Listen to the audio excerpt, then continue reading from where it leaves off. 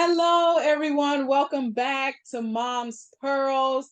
We are here to discuss life's questions with a biblical perspective. I'm Yolanda, and I'm here with my co-host, Sister Brenda, and Sister Shayla. Welcome back. We've missed you. You've been out for a while, but thanks for coming back. And we are all moms, and we are all sisters in Christ. We are super excited about today's episode. We are shifting gears a little bit and we are going into a different topic, a new segment that we'll be doing every episode. What would Jesus say? Okay. What would Jesus say about our news today? And afterwards, we'll get right into today's topic, raising preteens and teen children. Stick around for what we are going to discuss today. If you're one of those parents who regularly want to pull your hair out or your kids' hair out, don't do it. Just sit tight and stay tuned, and we'll get into some helpful tips on parenting these teens and preteens. Mom's Pearls. Mom's Pearls. Mom's Pearls.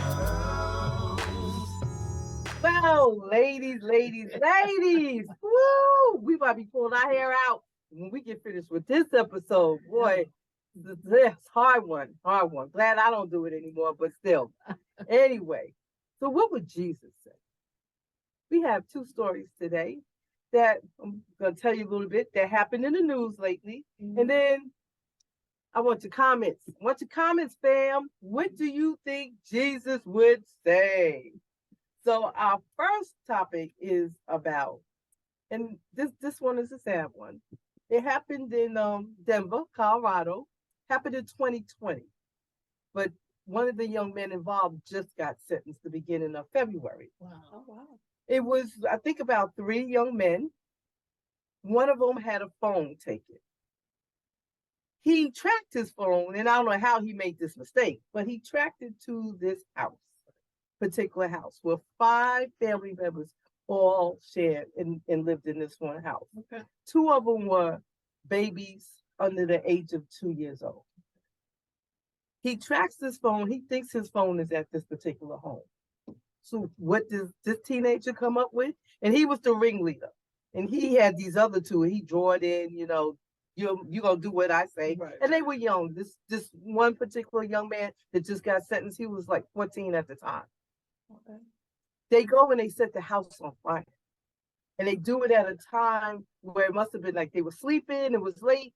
Oh. And 5 family members all perished, including these babies in this house. Oh, wow. Now, this young man, who's now 17, just got sentenced, and he got sentenced to 10 years. But he had great remorse now. He realizes his wrong, right. And he's very, very sorrowful and remorseful for what he did. Ladies, what do you think Jesus would say about this situation and to this young man right now? Jesus would forgive him, period. That's the God we serve, honey. That's the guy. He's in the forgiving business. If everybody didn't know, now you know. Jesus forgives. But yes, I believe he will forgive him, and hopefully someone's around him to lead him in the right way as far as very remorseful, using that for his advantage. I mean, going out talking to other teens. Yeah. Man, I did this, y'all. Y'all don't want to go down this route. When you're upset about something, don't take it out like I did, because he killed 5 people. Yeah, and I know nowadays people like hang them up and let them dry, but Jesus wouldn't do that. He right. I'm just saying he wouldn't. That's awesome. I love that perspective that first comment you made, Sister Shayla, that he would forgive. And that's something we all struggle to do when someone wrongs us or when someone does wrong. But God is a God of second chances. And I have an article it was a school article. One incident was it's a high school. One of the kids was mouthing back to the teacher, and she got up and hit the teacher, and her and the teacher ended up fighting. And then at same school, a couple weeks later, there was a fight breaking out between 2 students, and one teacher slammed one of the students to stop the fight. And there's uproar between the students and the teachers. So on one hand, the teacher had no protection, and on the other hand, the teacher was protecting himself and the student. What would Jesus do? I don't know. Oh, that one, that's a good one. What I'm saying, well, The teacher's first responsibility is the children. right, That's number one. He has to, he's trying to protect himself, right. but he's also going to try to protect the students. So I do believe that Jesus is going to step in and protect everyone involved, Yeah, I mean, because he's Yes, going to protect everyone. He's going to give absolutely. that teacher the guidance that other people might not see it that way, but he's going to guide that teacher to do the right thing in the right way. and that You was know, the he's a slam. mediator. I was Yes, just reminded that he's a mediator. He's a counselor. So Exactly. he will go and he will talk to them. I'm sorry, since I cut you off. Go ahead. yeah, he is. He is the mediator, and he is going to step in and make that situation come Better, out yes. in a good way. Yes. Now I have another story, but this is a good story. Oh, okay. Thank you. We have like Goodness. 6 teenagers, high schoolers. They all on a football team. All Nice and right, strong young all right, boys. okay. They're in school, and an elderly lady, gets into a bad accident. Okay. These young men sprint right into action. They run out. They take their bare hands and they pry these doors open Wow. and get that woman away from that car, because it was a dangerous situation with her being in the car. Right, right. And they pull her out from that car. What do you think Jesus is saying about that situation? Good, sons. Really good. I'm glad you did it like that. So they were in Yeah. class and they Yeah, ran they're out. at school Oh, and they that's ran out. good. That's good. Yeah, Jesus would be glad. He'd be so glad of that. Yes. Well done, my child, is what he Okay, was thank saying. you. Is well Thank done you. for sparing a life. And listen, this segment is moving along. This time is And, moving along and so I just want fast. to put one more added to that spin with that situation. What? Jesus gave them the strength, Hello to Moody. because they didn't use a There you go. tool. There They you didn't go. get a crowbar. They Yes. got nothing. They used their bare hands. And the first door they opened, they was like, "Oh, we can't get her from this way. We got to go do the other one." It was all him, So he was all in the that Lord situation. in He was that Indeed, already, midst. indeed. he Yes, was already there. Ain't that yes, Yes, something? he's Yes. everywhere and he's everywhere. He hears all and he sees all. And God, he knows that we have to move on to our topic of the day. And we are Yes, kicking yes. it off. I'm kicking it off to you, Sister Shayla, to bring us into our topic for today. This is good. This is really good. But see, parenting teens and preteens, Lord, I thank you. I must admit, it's totally different from when I did my kids, because my kids are grown. Thank you, Lord. yes. But I can sit back and watch my daughter. Now she has teens. She has teens. Well, I'm finna be 18. You know what I'm saying? So she has 18, 16, yes. And so I can sit back That and I'm watch her grown to and do. be like, oh, I'm so glad I ain't got to do that. You know what I'm saying?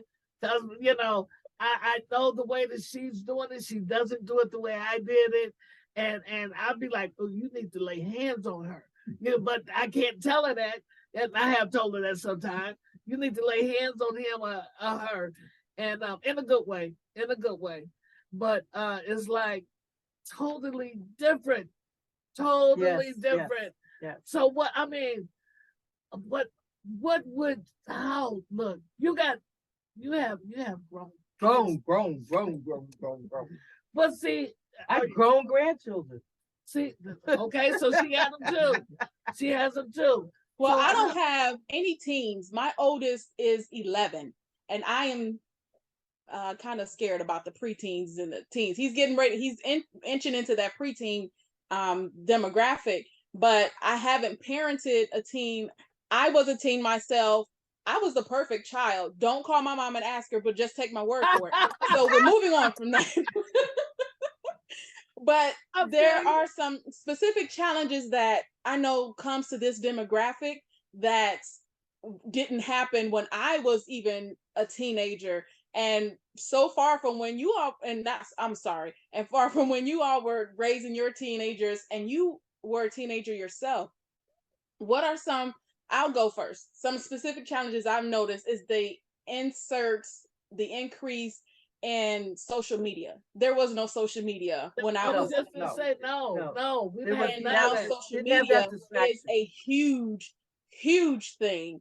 And so I did a study on the American study shows that young adults and teens experience stress, anxiety, and depression, sorry, when faced with unprecedented uncertainty, like guess what? The global pandemic or recent political unrest. Additionally, 82% of respondents noted an insufficient emotional support. So there's all these things happening, and there's no they're not getting the type of support that they need to deal with these things.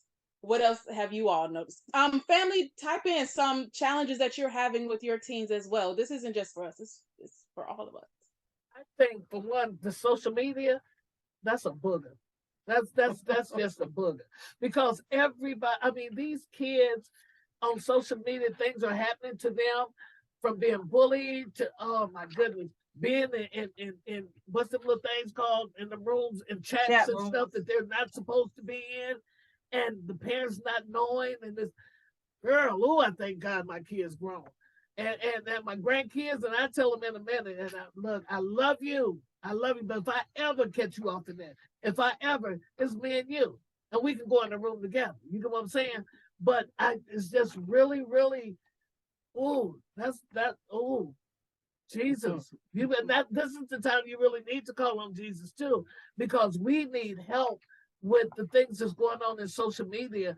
It's like it's attracting our kids, attracting. It's like that pot of gold over there that's so shiny and bright, and you get off in there, and then you're in the room of gloom and doom. You know, Yeah. so I just, oh, that's just me. But That's just me. you also have to monitor that. You got to be a part of that. You got to be in a mix. That's why they have parent controls where you limit how much, what they can get access to. So parents really have to be involved in social media because there's a lot of bad things out there on social media True that. they're trying to get our children. They're trying to get these kids. Okay. And so you have to really, really, really oversee that. So what's the Right. difference? What you think is the difference between the boys and the girls? What do you think? Is there a difference with them being attracted and raising? Yes, being attracted to this stuff. What do who? Definitely a difference in raising boys and girls. They're two different species. They're male and female. Yeah. Girls as teenagers and preteens go through adolescence differently Yes. than boys. Yes. Their hormones are different. Body changing. Body changing. Yes. Girls start getting their menstruation. That's a big deal. Yes. That's a whole lot to deal with. Just that whole thing of a girl with what is happening to me. I'm gonna have to do what now? What I gotta learn this. It can be very traumatizing. I mean, I know it was for me when it happened to me. But then boys' bodies are changing too. Yes. Their Right. mindset is totally different too. Yes. So who would you think would be the one to raise whoa, I don't even know how to put that. I don't know. A lot. It's a lot. I don't know Well, which you have one is boys, more You have difficult. boys and girls. I have 3 boys and a girl, but they're little. So Right. we're still figuring things out. They're 11, 8, You 4, try to and get your stuff just babies. So we're still figuring that out. But for those of you who are out there parenting teens, girls and boys, let us know, what are your challenges? We want you included in on this discussion. Yes. Yes. And some of the biggest It influencers, we is have challenging. broken home life. We have peer pressures that the kids are dealing with. There's self-esteem. We already talked about Oh my social God. media.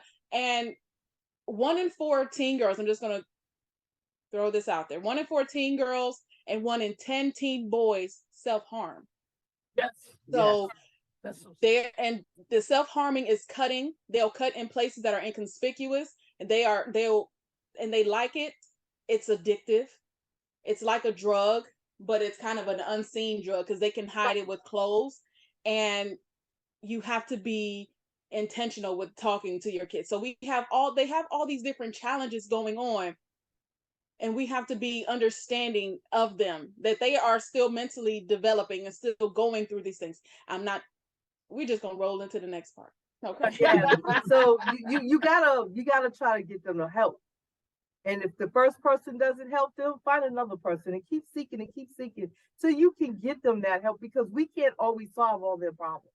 Right, You know, right. That's our next number part. We're one. going into some Can't practical always, solutions to right. manage and help deal with the challenges that our children are going through. Yes, So yes. we are talking about discussing life's problems with a biblical perspective, and we haven't brought the Bible in yet. So I'm going to go from Psalm 127:3. It said, "Behold, children are a heritage from the Lord. The fruit of the womb is a reward, like arrows in the hand of the warrior. So are the children of one's youth. Happy is the man who has his quiver full of them." The children did not ask to be here. We as the parents, whether it was a mistake or whatever, we went through the act to bring these children here. So we have to parent them accordingly. We have to step in and do what it is we need to do.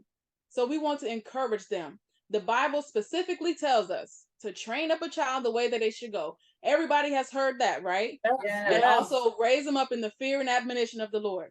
But what does that look like when dealing with teens going through some of those challenges? How do we do that? We encourage them. It got real Right. quiet. Cricket? And look, it got real quiet. You said, how do we do this? It's like silence. It's like silence. And so with that note of silence there, that shows that we don't have all the answers. Right, You raised your exactly. teens. Now your children are raising teenagers themselves. No one person has all the answers. That's why we go to the Bible. And the Bible will give us discernments on how to do this. We have to go to the source where we can find the discernment, where we can get answers to point us to all these different resources. Help your child. Do not shame them. Empathize with them. They are people. They have feelings. Their emotions are valid. What they think is valid. So Yes, allow them to express. We didn't have that opportunity. My kids are little, so I even do that with them now. So you tell me what it is you're feeling. Use the words that you know to tell me what it is you're feeling. Do it the best way you can. If you can't use words, draw a picture. But we have to allow them to speak, to express themselves. Yes, to express them. Don't allow them to hide it. Seek help. I advocate for counseling because I'm biased because I am a counselor, but seek help. Don't be ashamed, because that shame can send your kid to an early grave or you unnecessarily. Yes. So do not be ashamed if you need extra help with your child. Don't be ashamed. Teamwork makes the dream work. Let's do this together. There was a village way back, and somehow, somewhere, that village started breaking down. But we want to build that village back up, starting here. we need that. We need it. Building up the village. We're being a light. We want our children to be healthy. We don't want to raise them to have that same emotional baggage that we have. I feel like I'm talking too much. Somebody else. Keep going. I love it. But you're spot on. Everything you're saying is right on, because we want to raise healthy, responsible teens who come into good, well-rounded adulthood, because then they're going to have children of their own, and they're going to have to build their own villages. Right. If they're all broken up and all discombobulated and just all messed up, where are those future generations going to be? Right. How are they going to get raised?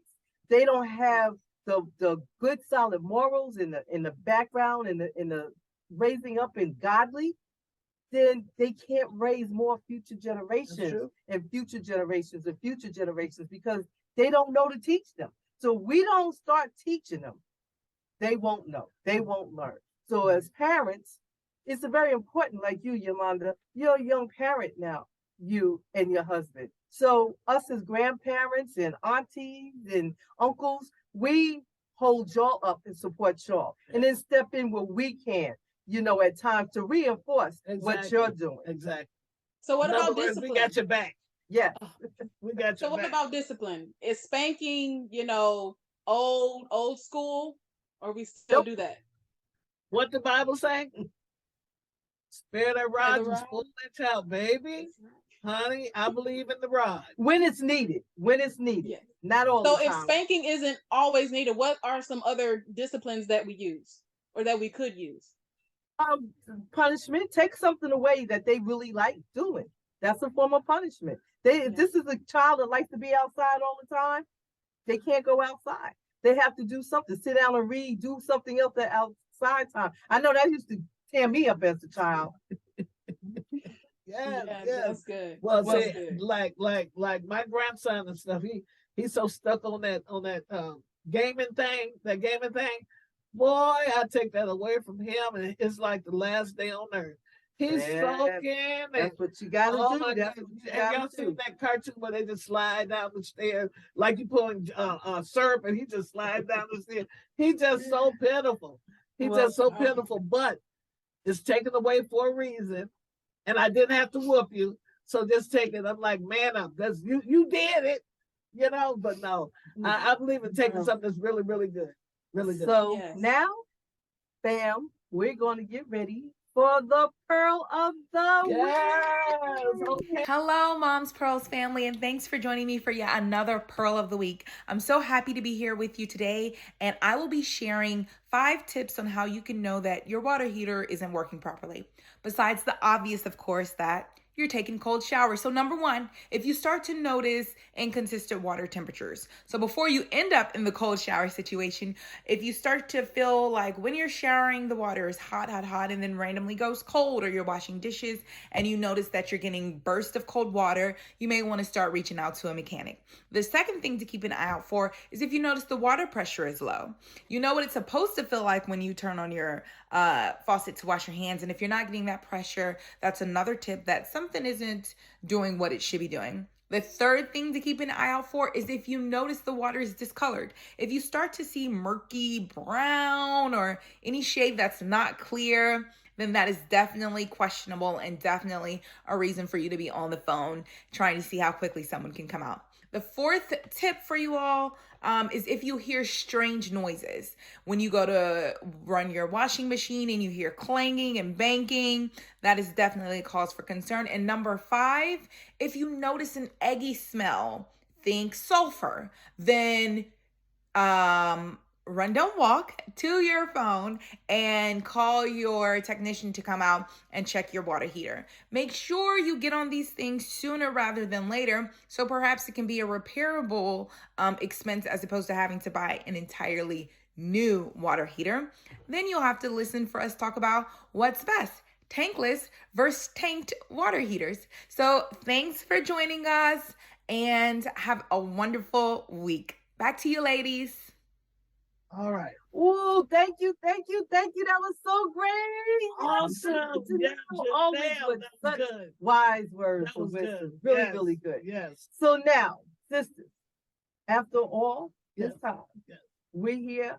We need to encourage and hold up our parents. Oh yes. We need Oh, to yes, encourage most y'all, hold y'all up, have your backs, let you know You ain't that living by yourself. you're right. You're not in it by yourself because it's hard. It's hard being a parent, Yes. and especially in these times Yes. because the age of innocence is no longer there. Right. It is gone. One thing I can say is most important is pray, parents. Fam, you got to get on them knees. You got to pray. You got to shout out to God every day, all day. Help you, Thank guide you, you Lord. with these children, Yes. especially as they get into the preteens and the Yes. teens. My motto is the older they get, the more the bigger the problems get. Because they don't never stop calling you. My oldest is 45. Mom, I can't. What? No. So it's Don't do that.